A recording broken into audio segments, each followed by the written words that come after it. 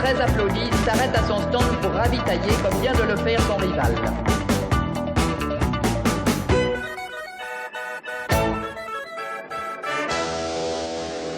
This is Graham Atwell welcoming you to Sounds of the Bazaar live from Helsinki, live from the European Conference on Educational Research. We're broadcasting, this is the second of a series of 3 programs. We broadcast yesterday, we're broadcasting today of a half-hour program. And for those of you listening to all our programs, we'll be half an hour earlier tomorrow. We'll be broadcasting from 12:30 to 1 o'clock Helsinki time. And of course, that's an hour earlier for those of you in Central Europe and 2 hours earlier for those of you in the UK. And I think I got those times right because yesterday I got so confused over time. It's a beautiful day in Helsinki. This is a big conference. For those who didn't listen yesterday, there's around 2,000 delegates here talking about different aspects of educational research.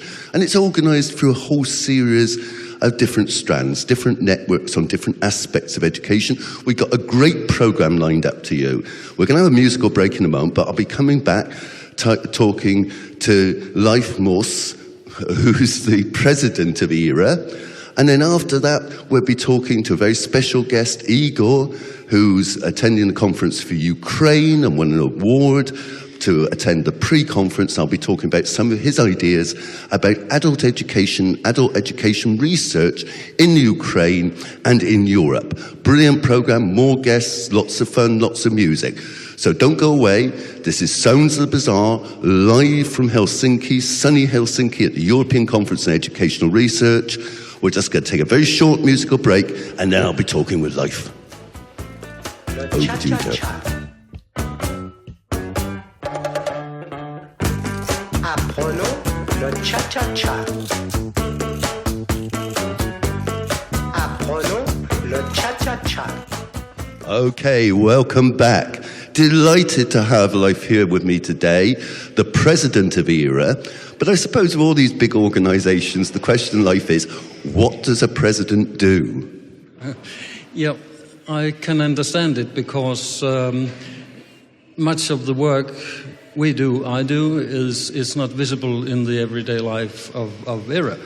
But I'm chairing the council, which means that these are representatives from all our associations, and trying there to further the discussion. What we're trying to do is establish ESA and ERA to be good platforms for educational researchers to discuss what they are doing and what they should be doing, what they want to do. Because we more and more experience that the challenges we've got in our own universities and our own countries are getting more and more global or transnational. So it's appropriate to have a transnational forum for discussions, and that's what we're trying to do. And the most important feature there is, of course, the ESA, the conference, the annual conference here, where, as you mentioned, we are almost 2,000 participants this year. It has been growing for many years. And the core of the conferences are the work of the networks. They arrange for all of the sessions there. But we've also got some shared sessions. We've got keynotes, we've got round tables, we've got panels and stuff like that. So we try to find some kind of a balance between the networks, subject-specific networks, and some more shared themes. I'm interested in this idea you said about globalization. I mean, it's a long discussion, isn't it? But I remember a few years ago there was talk from the European Commission, I think, about something they called a European educational arena, with the idea that educational research moved beyond our national countries, beyond our universities, that we had some kind of common spaces. Do you think that's happening? I think it is happening, maybe not exactly in the way that the European Union envisages it. And I must say that we're not, of course, opposed to the Union, but we are not affiliated to the Union either. This is a very independent association of associations. And actually our understanding on what Europe is different from what the union has too. Can you tell me in what ways? Well, we've got members outside the union, like Turkish associations and stuff like that. So we try to expand a bit more than the union does, because we have different aims. But of course, in some way, when the union talks about the European educational space or something, that's what we also talk about. The problem these days seems to be that the union tries to forget the space. They try to make it a social science space, and we try to tell them that there is something special, that's education. And increasingly, it seems to me, in a lot of the policy debates, although sadly not in the funding, education is the central idea. I think it is, yeah, certainly. So, and that's what we are doing. May I mention another very important aspect of our work? It's trying to give support to emerging researchers. You will know when you wander around here that most of us are not young. So most of us will retire in a few years, and we need to make sure that we have got new researchers. So we've got a pre-conference, and it's a very good conference, 300 attendants this year.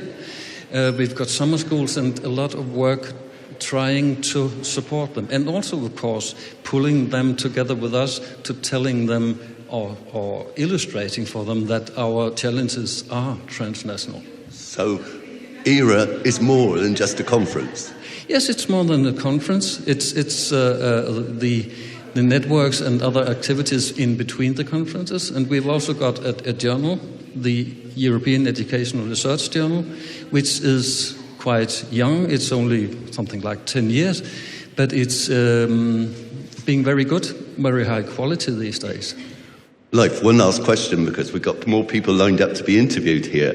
But one last question. Tell me one idea you've heard at this conference this year which you think, that's interesting. Well, actually, of course, the idea of the conference, the theme of it, is what we have developed from Council together with the local organisers, so we like the idea very much. And I think it's... That's the culture idea. Yeah, the culture, the change of cultures. Because of migration, because of a lot of other stuff, then we can see that there is a change of cultures, both in societies and in education. And I don't think that we are totally ready for it, not in politics and not in education. And I think we need to change a lot in order to take care of that challenge. Leif, thank you very much for coming on the radio programme today. We're going to go a short educational break, and Leif provide us with the trailer for the emerging researchers work, because we're going to be interviewing one of those emerging researchers, Igor from Ukraine. We'll be back on after this musical break. Thanks very much, Leif. Le va-et-vient. Apprenons le cha-cha-cha. Apprenons le cha-cha-cha. Le cha-cha-cha. Le cha-cha-cha. Le cha-cha-cha. Le cha-cha-cha. Okay, and we're back now talking to Igor. Igor, what's your second name? Because I was looking at your name badge and struggling to pronounce it. My second name is Volvarochny. I'm from Ukraine. And we're in the Ukraine. What university? I'm from Kyiv Institute of Education and Adult Education. Okay, and as I understand it, you were one of the winners of a scholarship award to attend the Emerging Researchers Conference. Is that right? That's right. And hasn't that been the second year in a row your institutions won an award for this?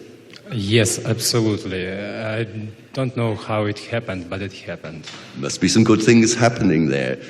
Tell us, what were your impressions of that Emerging Researchers Conference? I've been told there were some 250 researchers from all over Europe or wider. To my mind, 330 young researchers from not only Europe, but all over the world. And, to my mind, it's a good possibility for them to demonstrate their skills in the field of education. But as a man who is not so young and not so old, I would like to say that it is some question in my head. What will be with these people tomorrow? How they demonstrate their skills and how they develop their scientific skills in the future?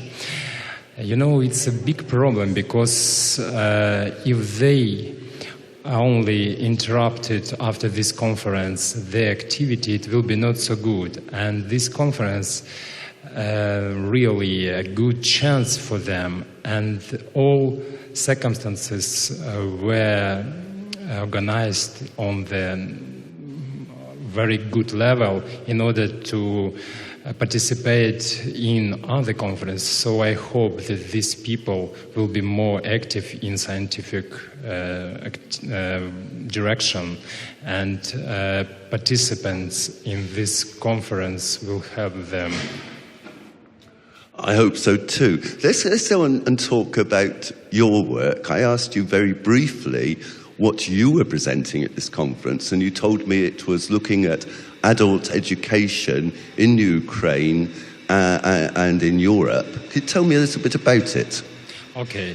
It's too difficult to describe the situation in 2 words, but now Academy of Education of Ukraine and Institute of Management, Institute of Psychology of Kostyuk, and Institute of Education and Adult Education, which I represent here, are working together in order to create conception of adult education, long life learning in our country. We just made a conception of Ukraine education in 21st century, and adult education have to find its own place in it. But to my mind, it's too difficult because, in Europe, people have very interesting program like Grundtvig, and it's open only for citizens of EU, not for us. To my mind, it will be good if Grundtvig will be opened not only, but for East European citizens. Another proposition to be open for post-communist country, post-socialist country, because now we forget about our previous life. We are thinking about future and trends, how to develop our education, how to combine our innovations in education with European and world experience as well. I think that opening up is a really interesting question, and of course there's pressures, because there's pressures on funding in Western Europe now as well, and it's really a big issue for all of us as to how education is funded and where we find money for research. That must be a pressure in Ukraine, I presume? Yes, absolutely, because we have 2 directions of financial, from state and government financial, and from non-government organization which are trying to find some donors in EU countries, European Commission as well. But now we have very good trends. We combine our efforts from state and non-government organization, and in my monography I described how it possible and how it was in EU beginning from 1953, taking into consideration experience of European Association of Adults, which from the mid of 20th century started the activity and combined efforts of a lot of organizations in Europe and also in my country.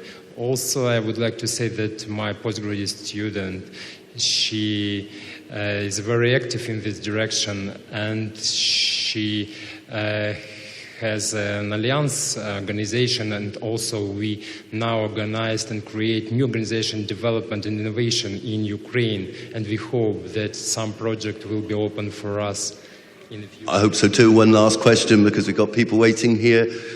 Can you tell us one issue, one thing you've been to at the conference which you think, wow, that's a big idea? Real issue. To my mind, issue is how to help a young generation of researchers to feel comfortable on conference.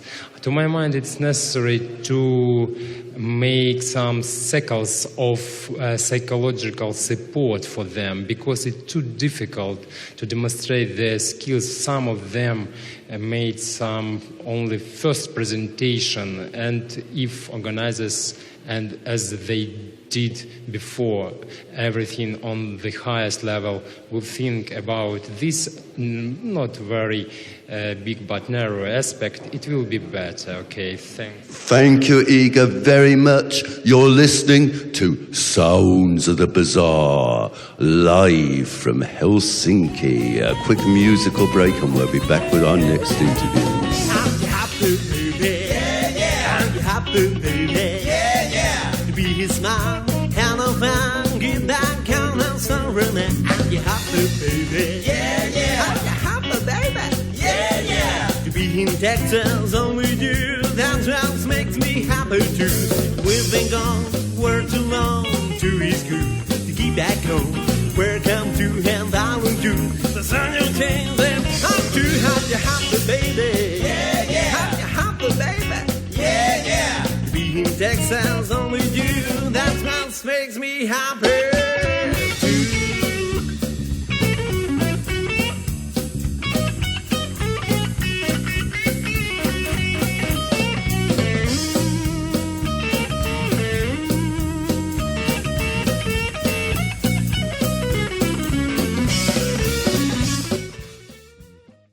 Hello.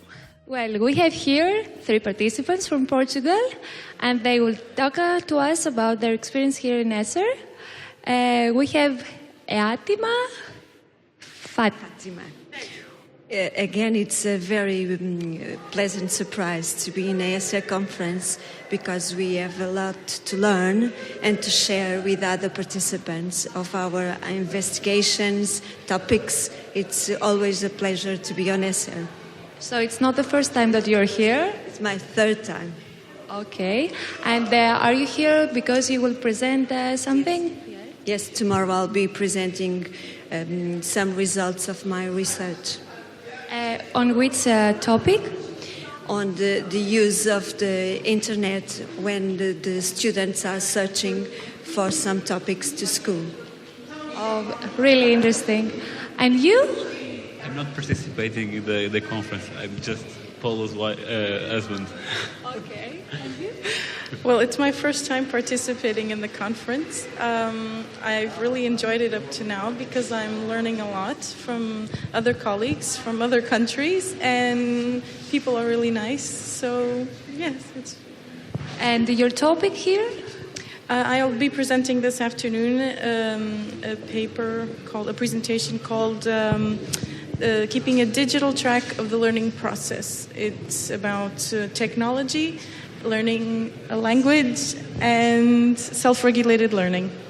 Nice. Did you see any presentations that you really liked? I really liked a presentation this morning of a Spanish colleague. She presented software that I'll probably use in my own work for primary school students, and it looked very useful. It was like a learning management content system, so I think I'll be using what she presented. It was very good. Okay. Did you see any presentations from other networks, not from the network that is your field? So far, just from our network. Okay. Not yet. I'll stay focused.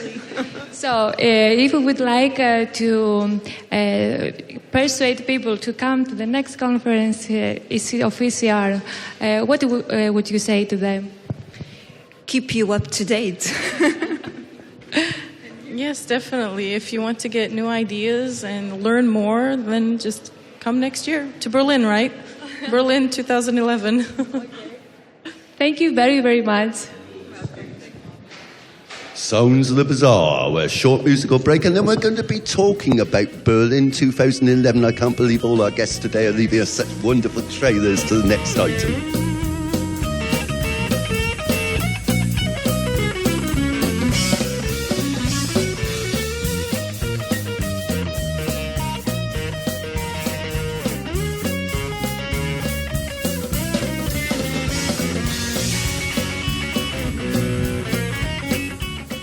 Sounds of the Bazaar, live internet radio, live from the European Conference on Educational Research 2010 in Helsinki. And if you're listening to our last interview, people were saying, come to Berlin in 2011. Now, you might not realise it, and you're thinking, why are they already talking about 2011? Well, organising these conferences is a lot of work, and actually I've got in front of me a leaflet for 2011, Urban Education, 12th to 16th of September, ECER Berlin at the Freie Universität. But even better than having a leaflet, I've got, is it Hans or Ham? Ham Cooper, and Ham Cooper has agreed or been press ganged or somehow they've got him to agree to be the local organiser for next year's conference. Welcome, Ham. Tell us, what's your impressions of what a local organiser has to do? Yes, the organization just started, and first it is a very big challenge to do this. And we did the first contracts with the ERA Council, and I think that things started well. And we also look around here in Helsinki and take Helsinki as a kind of benchmark for what we have to do next year. Brilliant. This theme, urban education, can you tell me something about it? Each, for those who don't know, each annual conference of ECR has a particular theme. Urban education is next year's theme. What do you mean by that? What's it all about? Yes, urban education is a recent discussion in the United States, and I think it would be interesting to open that discussion also for Europe. Urban education is on education in urban societies where you have diversity as a problem and also as a challenge and chance for educational processes. Where you have the questions of education in liberal democratic societies, and where you also face a lot of questions for educational reform which emerge out of the civil society, which is bundled in cities. I think that's interesting, and one thing, listening to the keynotes I was picking up yesterday, is that more and more with our general theme of education, we're becoming interdisciplinary, and we're beginning to draw on especially sociology, but ethnography and other areas of academic study. Do you see that as a trend, that education is becoming an interdisciplinary science? I think educational science had always been an interdisciplinary science, and we kind of react to this also with the choice of the keynotes for ESA 2011. We have Saskia Sassen as a very prominent sociologist and researcher in urban studies as a keynote speaker, and I think we can learn a lot when we take the view also to other disciplines like sociology, psychology, of course. And yes, we will continue in this process to develop the educational science as an interdisciplinary science. And your sort of dreams for this big conference next year, what do you hope people will get out of it? What do you hope that there'll be those people who listen to this radio program thinking, well, maybe I will go to Berlin. It's a nice place to go. It sounds an interesting conference. What do you hope that they go away, that they learn from it? I think they should learn a lot of in European perspective on education. Berlin is a perfect place to learn about European perspectives. They should learn something about kind of scientific standards in the educational science. And I think they should also learn something about Berlin and also enjoy Freie Universität, which is a part of the city and also history of Berlin. Thank you very much. Can I wish you good luck with your work over the next year? And I'm looking forward to seeing you in Berlin in 2011. This is Sounds of the Bazaar live from Helsinki. A musical break now, and we'll be back for a quick talk with you before we finish today's program. Her kisses like a simple wine. She's got more than high. She waited trying to fly, and she's fine. She's your man. Well, when we made, I'm only like dancing. I told her kind of song, my funny thing. How when I get to kids, he always looked for chicks who have free, fine, this is that. My baby's got a lot of love, sweet as it can be. I got a know for everyone, down as they know for me. Don't worry, Daddy, I'll wait you around. Can't you? I got a flowers on some time. I got a muse for you. I'm waiting for you too. How's it feel? Fine, she's your mind.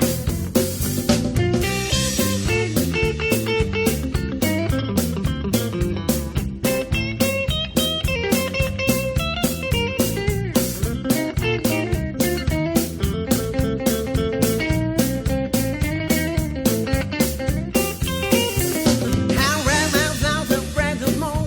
Now that's what to do. More hell of a don't let go. How do the right thing to? I hold my baby, never get away. I have to lose a lover, should never.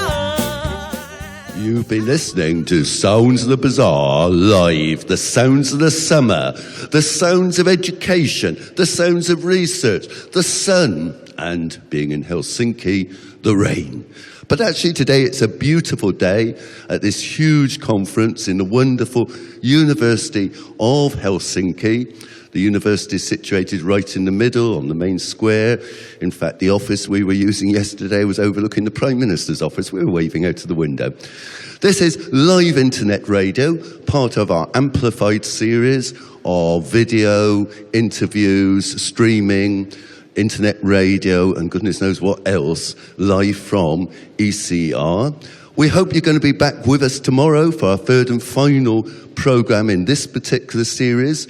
Remember that tomorrow we'll be broadcasting half an hour earlier.